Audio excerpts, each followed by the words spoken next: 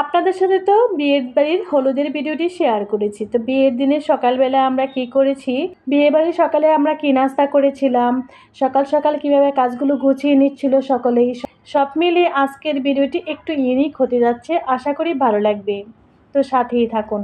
আসসালামু আলাইকুম এভরিওয়ান, সবাইকে ওয়েলকাম করছি বিয়ে বাড়ির সকালের ভিডিওটি দেখার জন্য। বিয়ে বাড়িতে মাইক বাজানো আনন্দের অপরিহার্য অংশ ছিল 2 দশক আগেই। আর আজকের শিশুরা হয়তো ভাবতেই পারবে না উচ্চ শব্দের মাইক বাজানোরত একটা কাজ বিয়ে বাড়ির অংশ হতে পারে। দিন পাল্টাচ্ছে, বিয়ে বাড়িতে আজ মাইকের জায়গা দখল করে নিচ্ছে ব্যান্ড পার্টি, লাঠি খেলা, বিভিন্ন ডান্স পার্টি। বিয়ে বাড়ির সামনে কাপড়ের তৈরি সীমানার নিচে মেহমানদের খাবারের জায়গাটি চলে গেছে কমিউনিটি সেন্টারে। সবই আজ readymade, band party, dance party, community centre সবই ভাড়া করা। নির্দিষ্ট সময়ের বিনিময়ে টাকা কোনোভাবেই অতিরিক্ত সময় দেয় না, আর একটু সময় বেশি দিতে বললেও আর একটু বিল বেশি জড়িয়ে দেয়। সবই এখন প্রফেশনাল কমার্শিয়াল হয়ে গিয়েছে। একদিকে বাবুর্চি পক্ষেরা রান্না করছে, আরেকদিকে প্যান্ডেলের টেবিলগুলো বাড়ির ছেলেরাই গুছিয়ে নিচ্ছিল।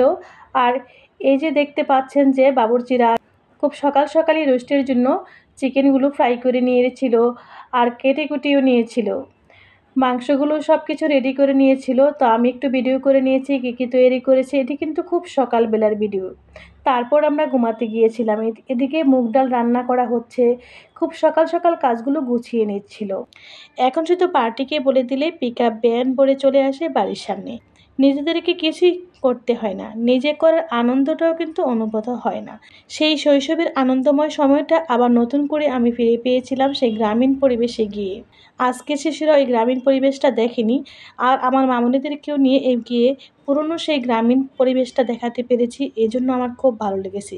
শুনে থাকলেও হয়তোবা তারা কখনো ফিরে পেতে চাইবে না, দেখতেও চাইবে না সেই পরিবেশ, শুনতেও চাইবে না গ্রামীণ কোনো বিয়ের কাহিনী। গ্রামীণ পরিবেশে অনাবিল শান্তির আনন্দের সময়টুকু তাদের স্মৃতিতে দাগ কাটবে, স্মরণীয় হয়ে থাকবে গ্রামীণ স্মৃতিময় শৈশব। খুব ভোরবেলায় দেখেন এখানে আখনি রান্না হয়ে গিয়েছে সকালের জন্য। আজকে শিশুরা খুব ব্যস্ত আধুনিকতার সাথে তাল মিলাতে। পিতামাতাও চিন্তায় থাকে তাদের শিশুটা আধুনিক হলো কিনা। তাই এই নতুন প্রজন্মের কাছে হারিয়ে যাচ্ছে আমাদের মূল্যবোধ।